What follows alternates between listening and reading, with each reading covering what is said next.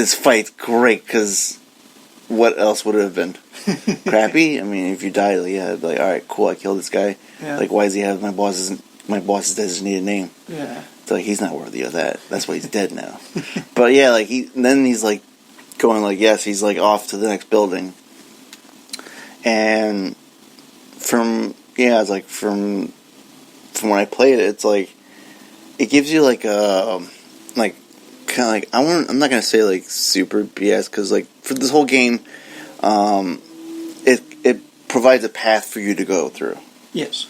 And there's no not really any ulterior pathways to get to there are to get one spot. Yeah. There are multiple entryways to go into certain areas.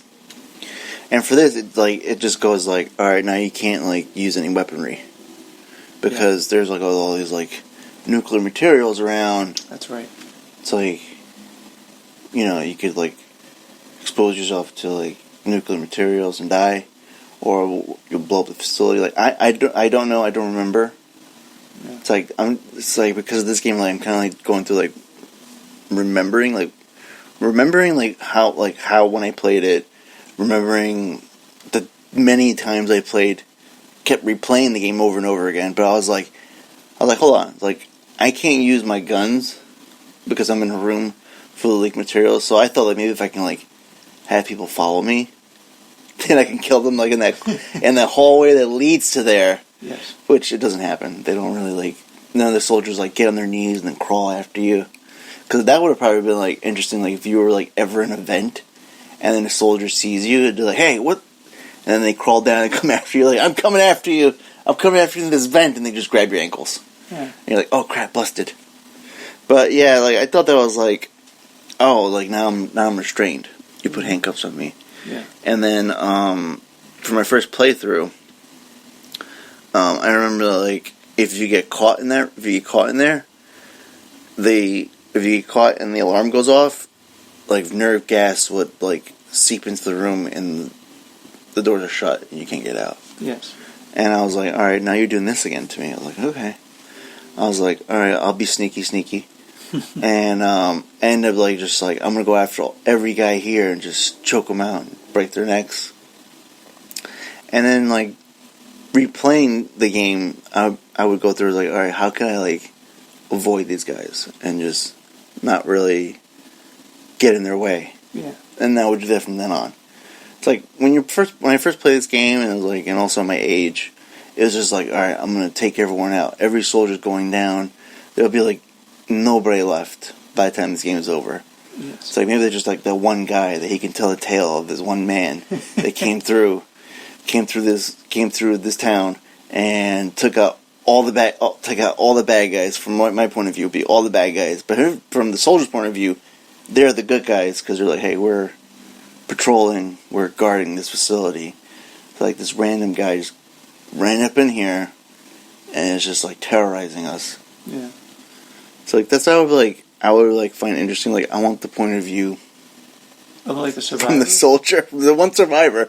It's oh man, it's I'll tell you the tale of a man called Solid Snake, aka Terrorist Man, who came into Alaska and killed all my buddies.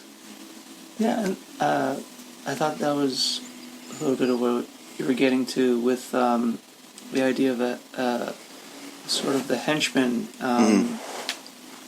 their point of view, because they're just doing their job. Mm-hmm. And I don't know how these soldiers, mercenaries are willing to risk their lives. It has to be a great payday in some shape or form for their families or something like that.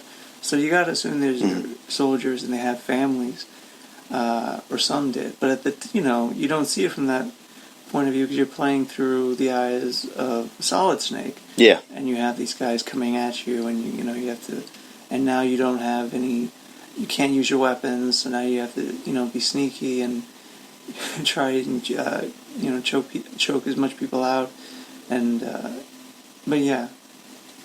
Interesting. I mean, I think they actually do it for one soldier, and that was Johnny in the toilet. That's right. That's the guy. Yeah, we actually see more of the backstory. We see his family. We don't actually see the family, but we see like the result of the family. Like we see I believe his father in 3, and then the 4th one we see Johnny returns again. Yes. And he's with Rat Pack. Yeah, the soldiers are just talking as like they're pretty effective. I mean, I know you're playing the game to win, but I mean they're not They're not useless. They're not useless. They're not they're not stormtroopers. They hit you. Yes. With accuracy. Accuracy and And if you're far away from them, they'll start throwing grenades at you. Yeah, they're good at their job.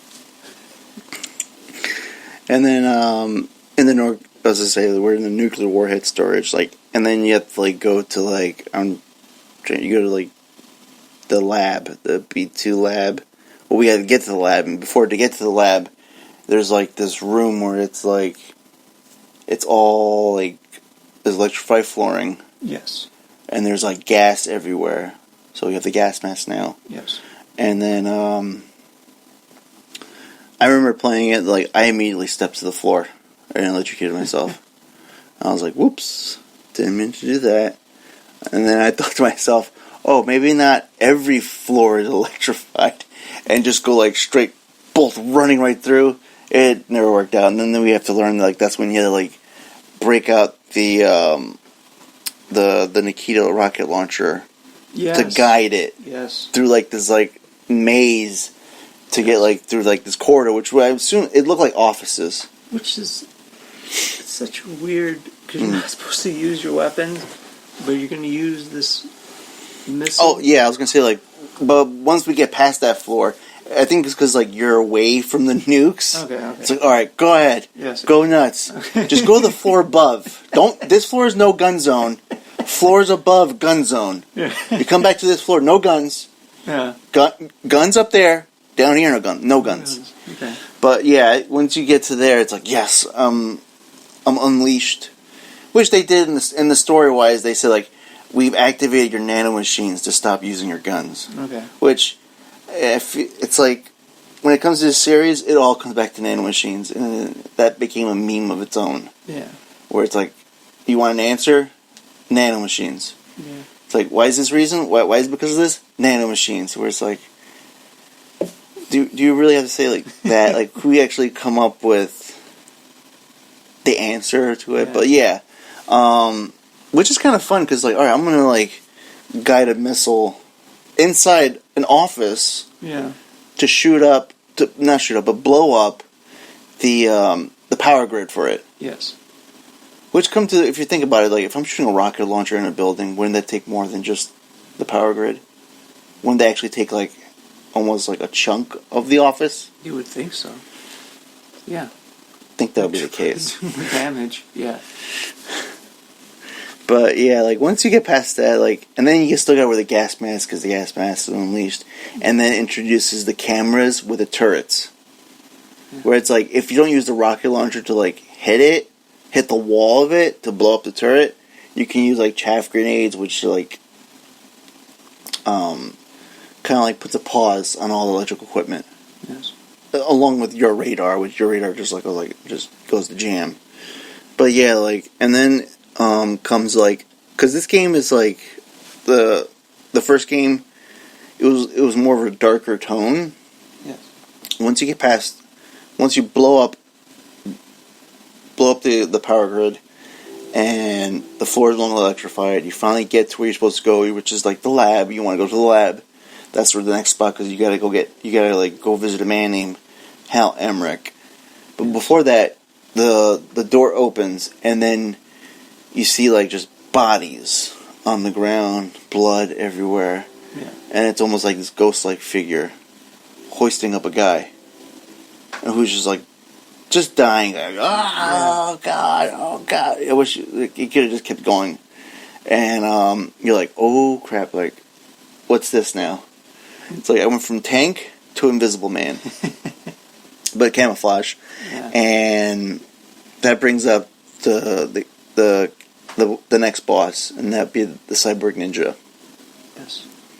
And which I thought was like, out of all the hand-to-hand fights, that was the best fight for this game. Absolutely.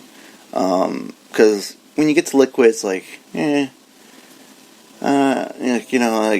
like we're just on Rex. Yeah. Or the basically the remnants of Rex, and it's like we're just fighting hand to hand. Yeah. There's machismo flowing through, testosterone battle. But for this one, it's like it's the Cyborg Ninja, it's Gray Fox. Yes. Which we don't know. We don't know till we actually hear about it later on. And from what I remember, it's like the cutscene cuts in, and it's like Hal's just like basically going like, oh god, don't. It reminds me of like from Die Hard, yes. where yeah. Hans Gruber gets caught by John McClane. Yes. And he goes like, oh god, you're one of them. He uses like this like American accent. Oh god, you're one of them. Don't kill me. Don't kill. That's what it reminded me of. And I was like, all right, good. Maybe I could sneak in here and just like, I don't know how I'm going to attack this like a cyborg. Yeah. Then like it's like introduction time. It's like we come to find out that it is Gray Fox. I know I'm like bouncing back and forth, and it's kind of like this is the first game everybody knows who's everybody. Yes. There's no real mystery. There's no spoiler alerts. It's been a long time. Yes. So we know it's Gray Fox. We know but we don't know how that came to be. Yes. And when we fight him, it's like I thought like, all right, cool. I fight a robot. He's got like this cool sword. I got guns. I think I can actually hit him, and be able to that'd be my battle strategy, which was poor battle strategy because all he does is just like deflect every single bullet. Which if you watch Deadpool 2, that's bullshit. Yeah. You cannot deflect every single bullet. Yeah. It's gonna you're gonna get hit. Yeah. And then I had like the actual automatic the FAMAS assault rifle. I was just unloading. And then meanwhile, he's just like, ding, ding, ding, ding, ding, ding. Yeah. I was like, are you kidding me? I was like, this guy is like deflecting every single shot. And then that's when we find out you're really supposed to fight him hand to hand. Yes. And then even he tells you, he's like, fight me hand to hand. Only a fool trusts his life with a gun. Yeah, it's true. It does say that. Yeah. Yeah, it's a beautiful done cutscene from this game. Just the introduction and just how the graphics looked at the time. Because it's not like a straight camera angle. It's you go from the bottom up. Yes. And then even from the hallway scene where we first see him camouflaged, the camera is I imagine our point of view, or maybe it's just not from Solid Snake, but from the audience, us, the player. It's it's tilted, and we're kind of maybe because we're tilted because we're in disbelief what we see, and also curious and wondering what is this and who is that. Yeah. Yeah. Yeah. So what I was wanting to say is that it's just interesting, Otacon's introduction. And that he we talked about that he's scared, reminds me. And it's very reminiscent of Hans Gruber and Die Hard, but Hans is playing scared. Yeah, he's not actually scared. Otacon is actually scared, so much so that he pisses his pants.